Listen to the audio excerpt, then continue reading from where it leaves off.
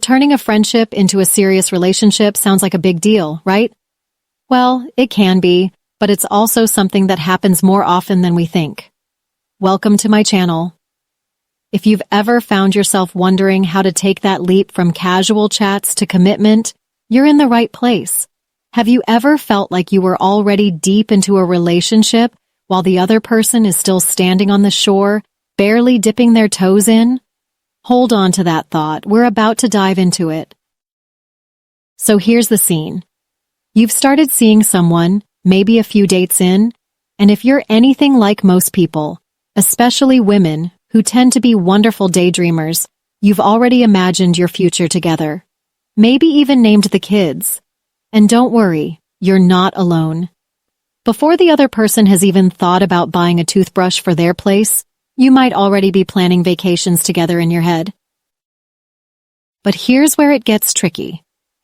While you're mentally scrolling through wedding venues, the other person might still just be enjoying the early stages. And here's the catch. When you go emotionally deeper, faster than they do, it creates an imbalance. Picture it like this. You've jumped 2 steps ahead and now you're looking back like, hey, aren't you coming? And they're standing there thinking, wait, we're already running a marathon? Now, don't get me wrong, guys do think about serious relationships.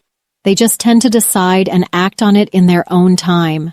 When they know, and they'll do what it takes. But if you're always 5 emotional steps ahead, they lose that challenge, that drive to win you over, which their brains naturally crave. It's like handing them a trophy before they've even run the race. So what do you do instead? Well, it's all about balance. Keep nurturing the other parts of your life, your career, your passions, your friends, your family. When your whole world doesn't orbit around one person, they see you as someone who has value beyond just being their partner. And guess what? That makes you even more attractive. Here's another thing. In the early days of dating, setting the tone is everything. If you're looking for a long-term relationship, your actions should reflect that. I'm not saying you need to interview them like it's a job application, but if on the first or second date you're already agreeing to go somewhere super private or too intimate, it can send mixed signals, and I get it. Sometimes it's fun to go with the flow.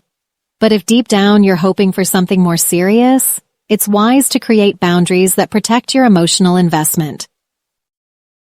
Why?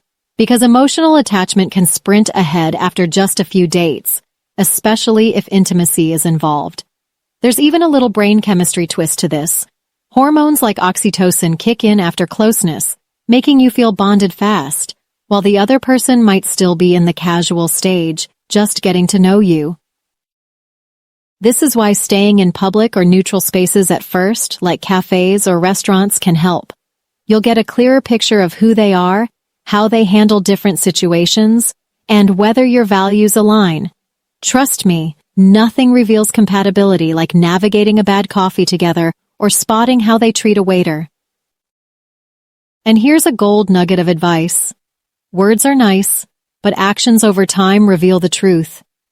Anyone can talk about wanting a serious relationship, but do they make time for you? Do they show up when it matters? These are things you can only see after a few months of consistent effort.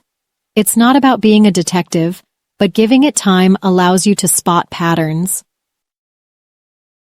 Also, don't fall into the trap of thinking you can convince someone to want more than they already do.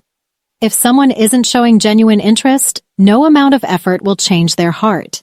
Instead of waiting around, hoping they'll realize how amazing you are, step back and remember, you already are amazing with or without their approval.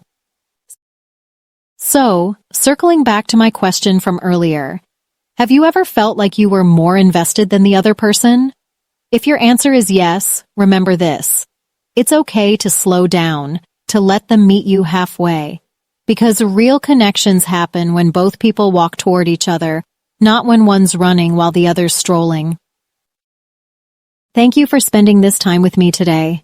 If you enjoyed this, don't forget to subscribe and join me next time. We've got so much more to talk about. See you soon.